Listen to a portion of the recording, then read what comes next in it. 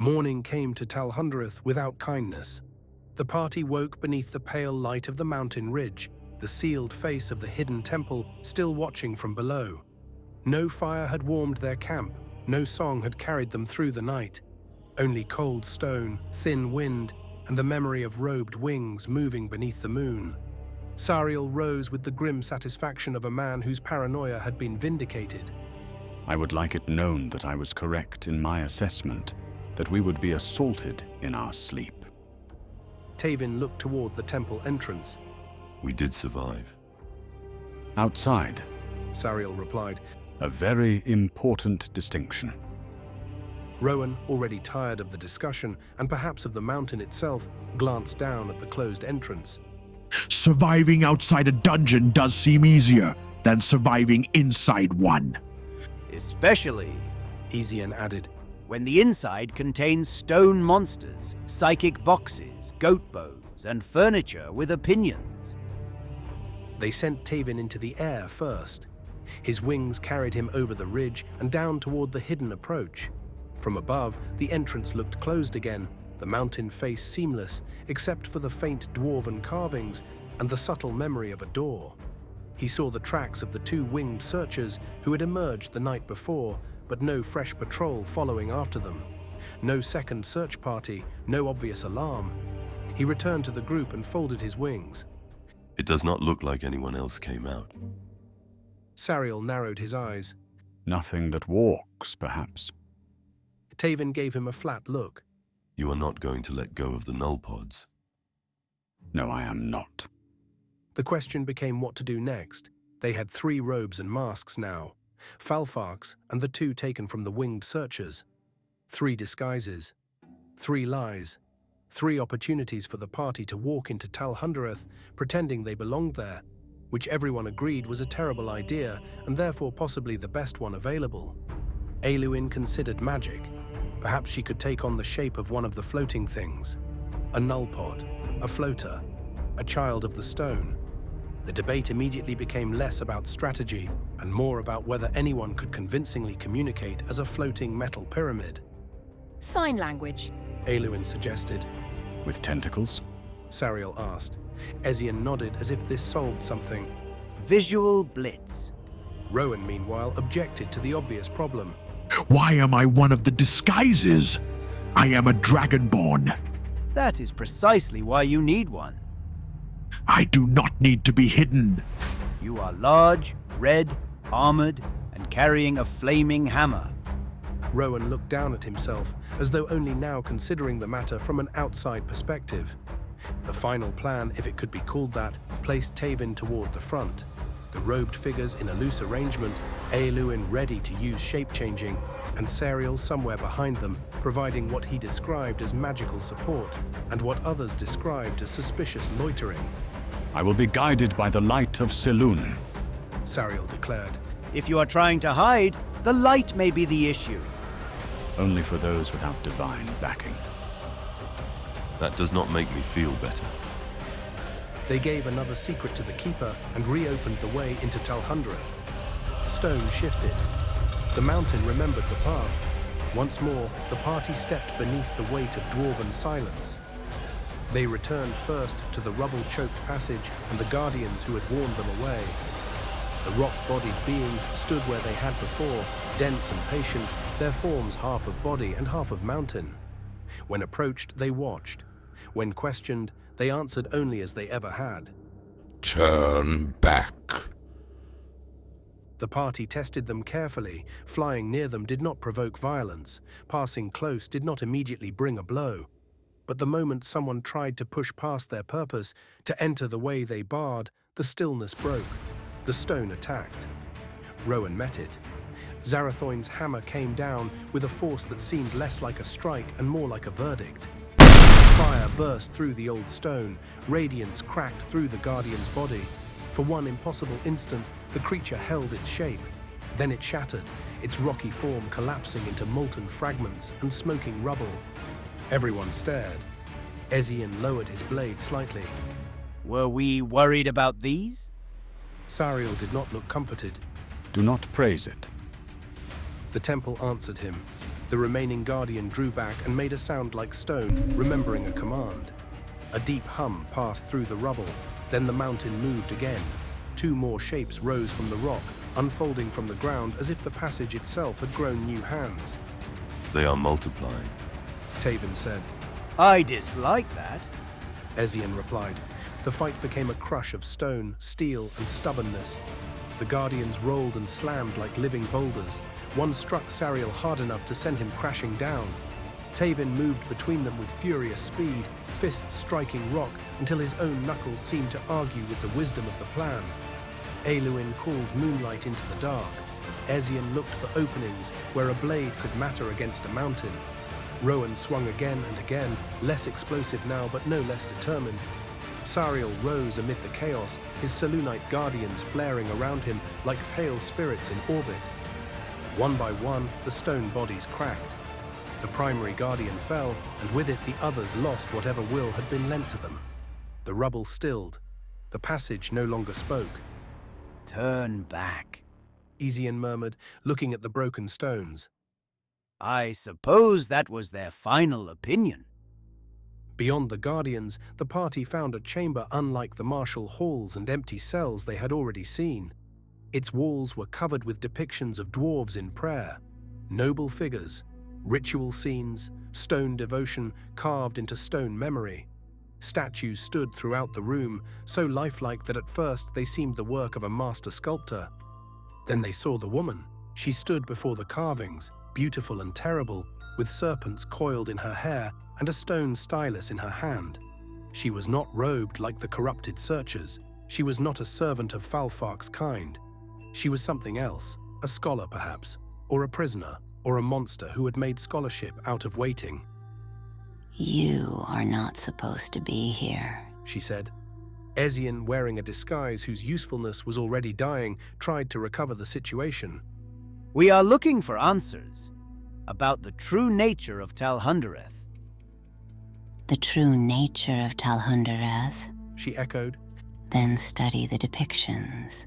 Learn, pray, as the dwarves in the books do.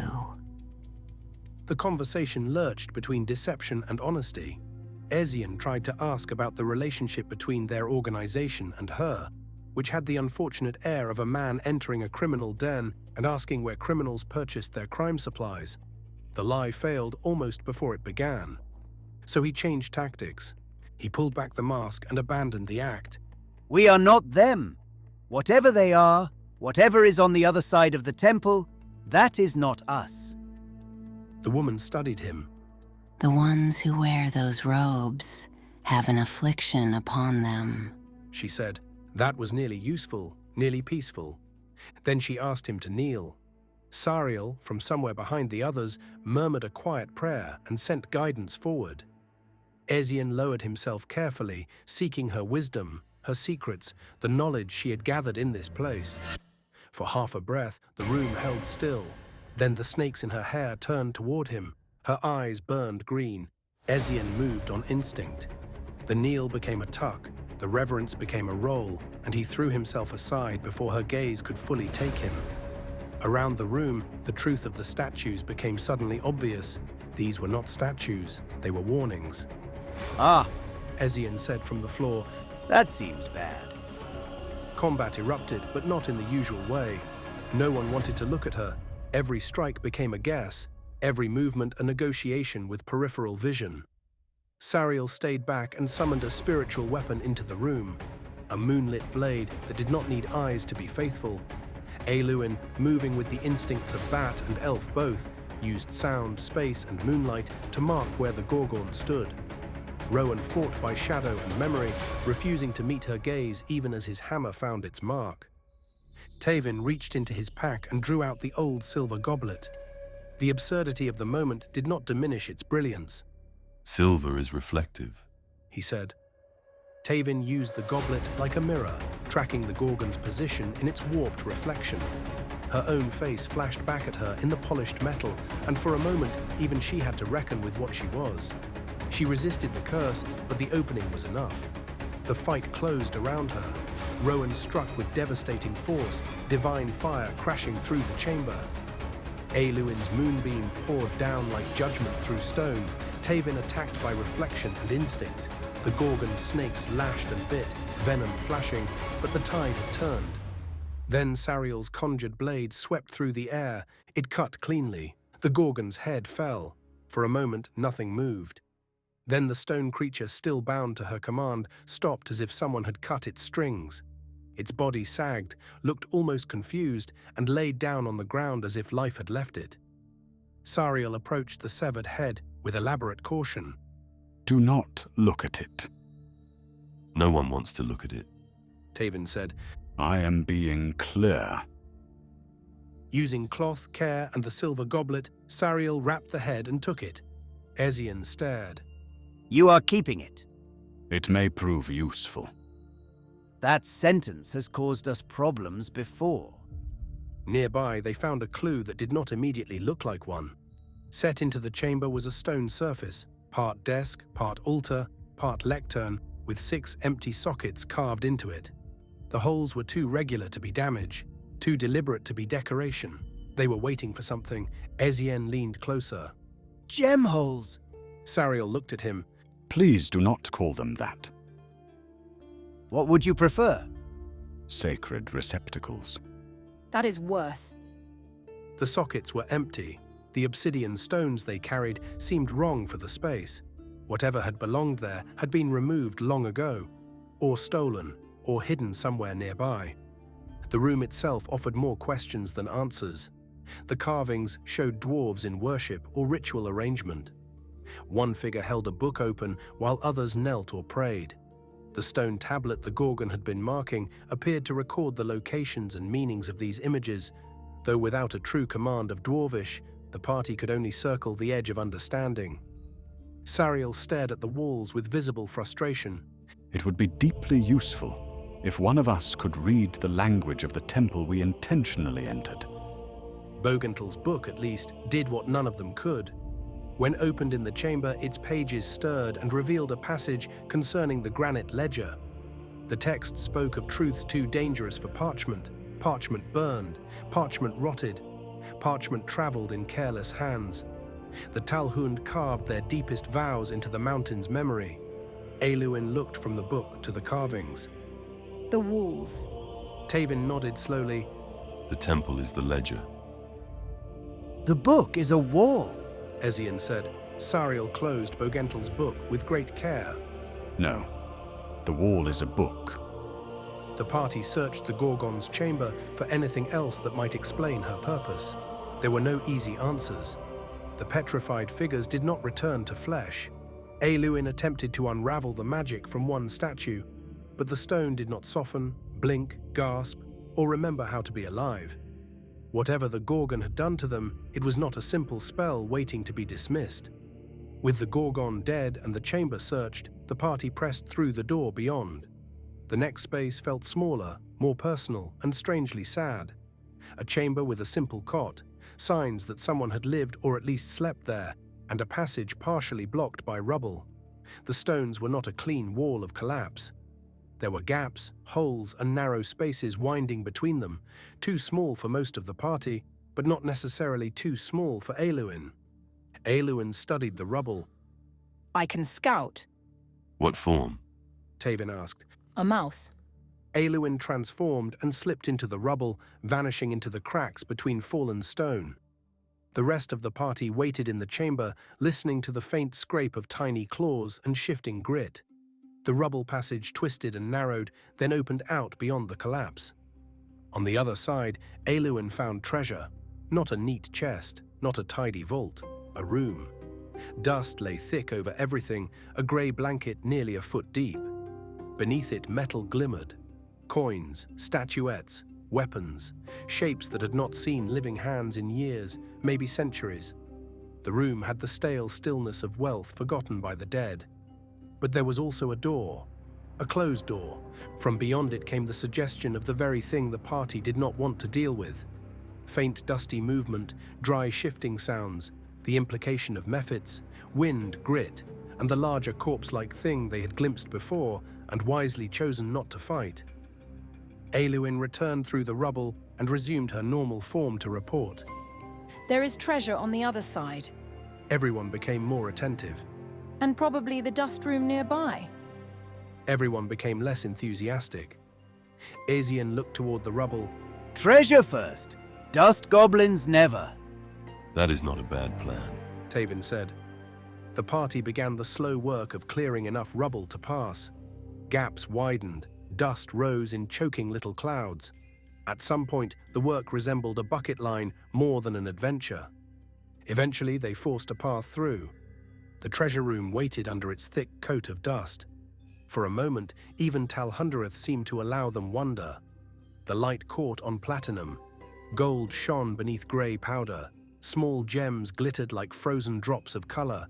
3 golden statuettes of dwarven warriors stood or lay among the horde, finely detailed, solemn and proud, despite the dust gathered in their carved beards and armor. Ezian exhaled. We found the good room. Sariel's eyes brightened in a way that was not entirely spiritual. The indomitable goose may yet be financially justified.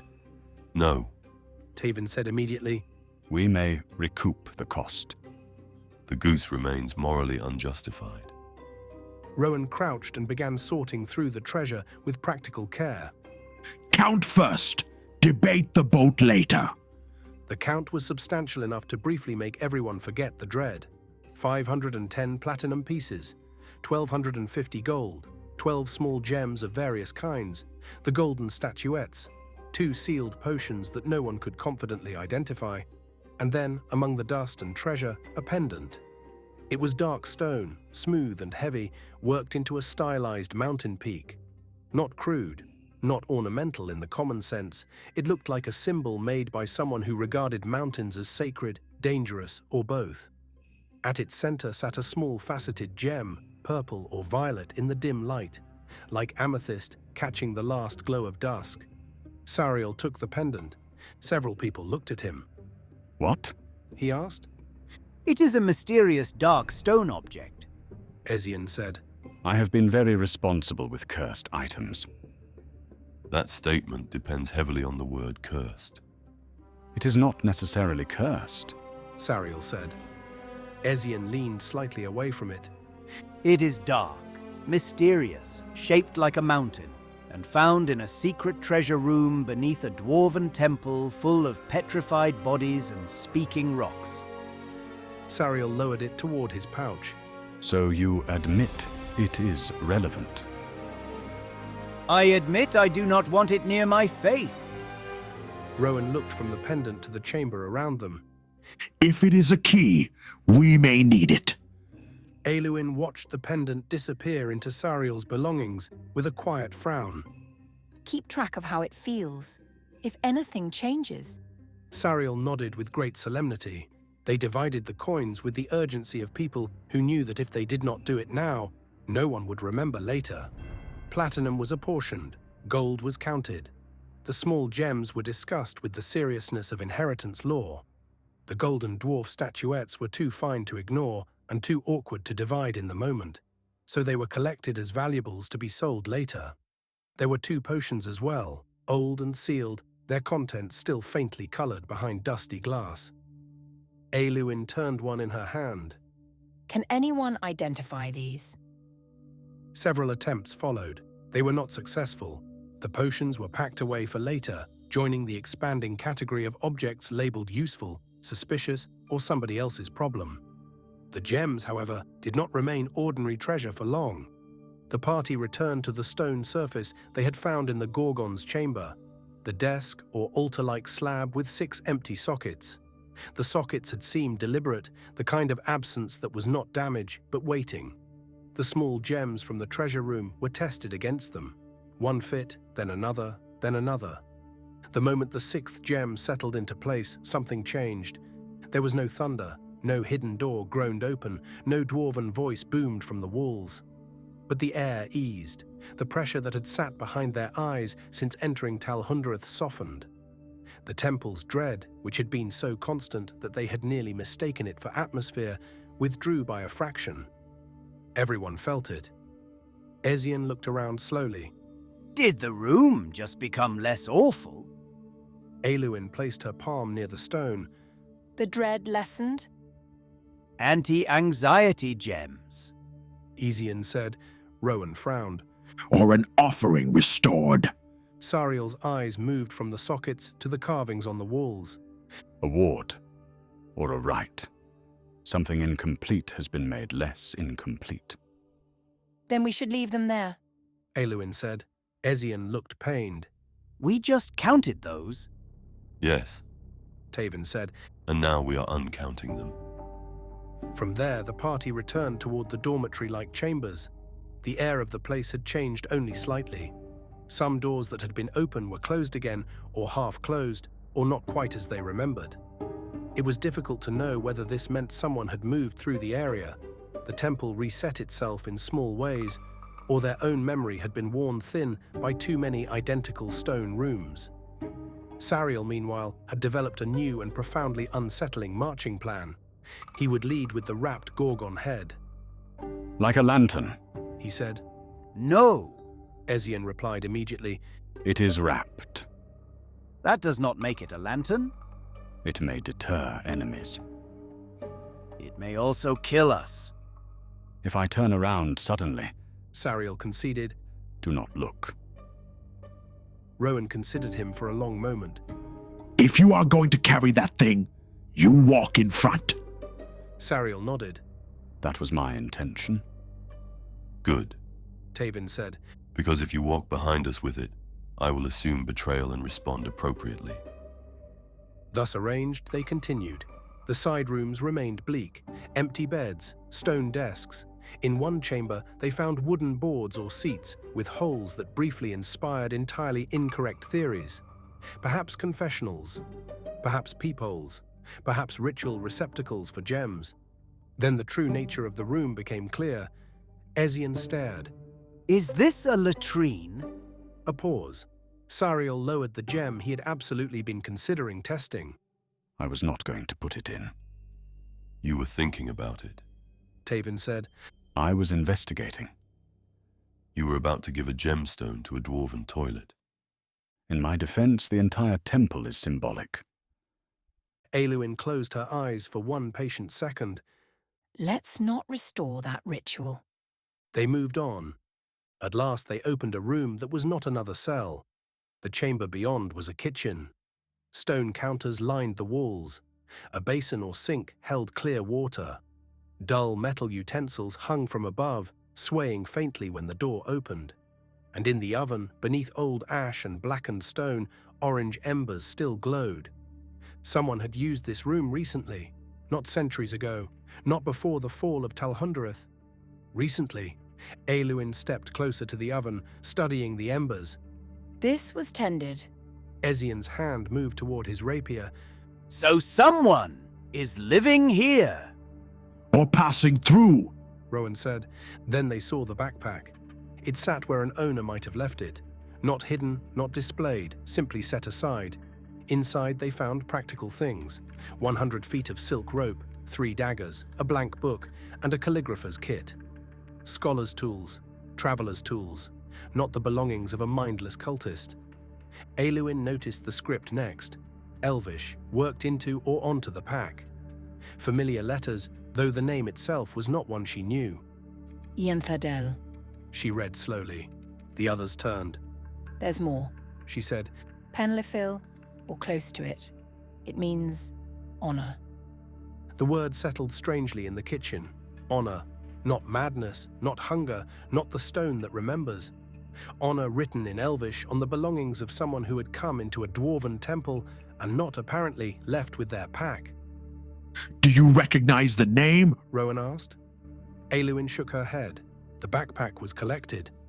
The rope, especially, was accepted with enthusiasm, as the party had recently proven that if one rope did not solve a problem, perhaps a longer rope might fail more impressively.